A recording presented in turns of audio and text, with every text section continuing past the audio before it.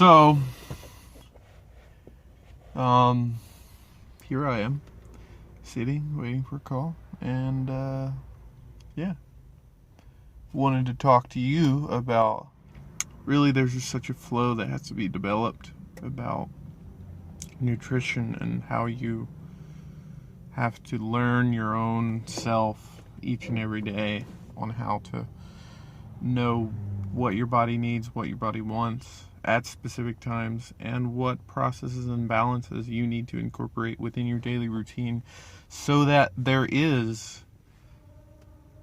a margin of error and you can compensate with, your favorite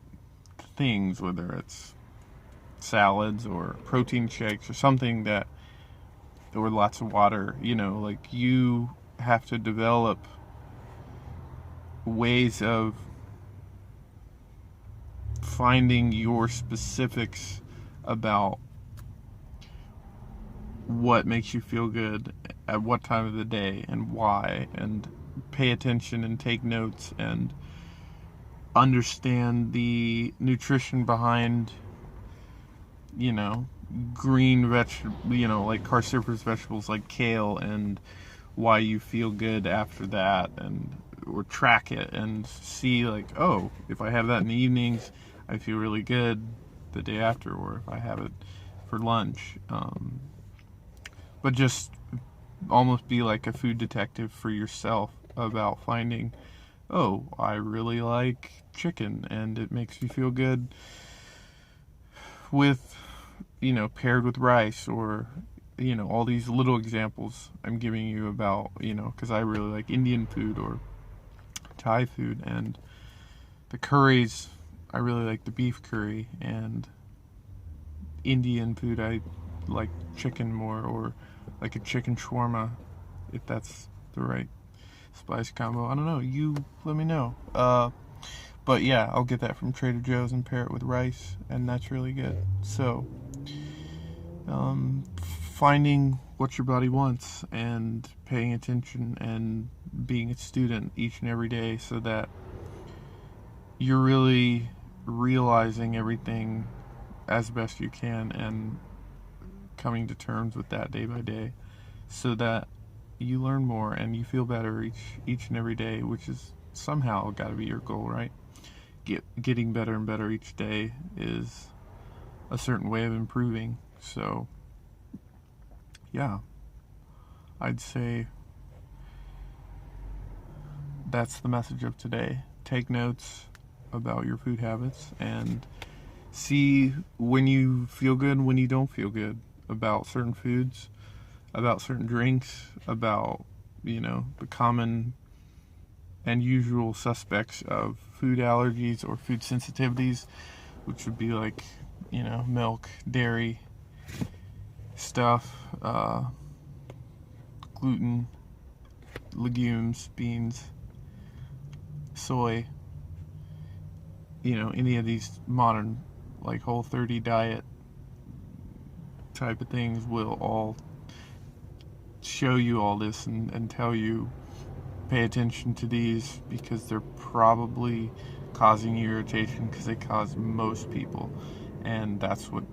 the statistics show. And I mean, really just the process of how these things are made and manufactured for the convenience of the manufacturer, not you the consumer. They don't, all they care about is blasting out a ton of product. So make sure you realize that mass-produced food is for the convenience of the food, not for you necessarily. So organic and local and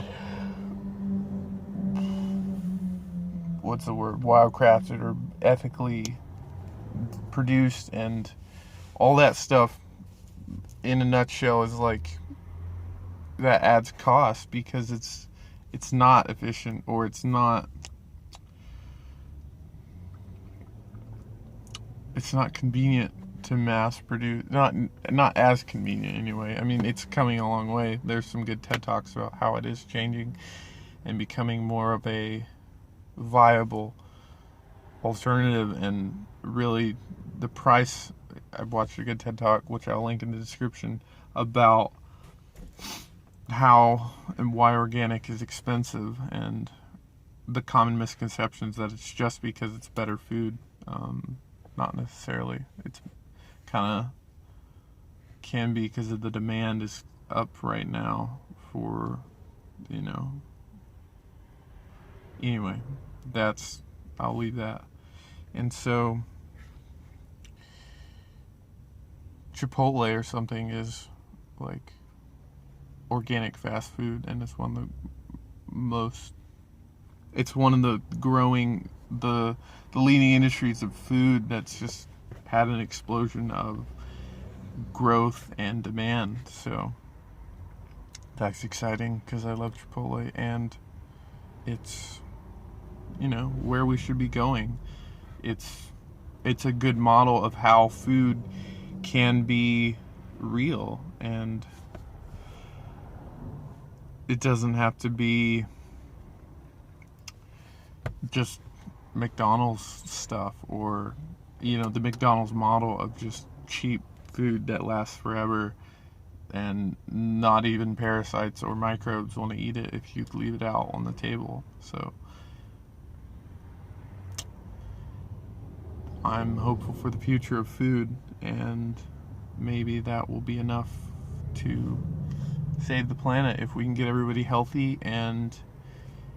thinking better thoughts, because they're consuming better food, having better balance in their gut and their biome, so they have better neurotransmitter production, which leads to better moods, which leads to better ideas, and the quality of your ideas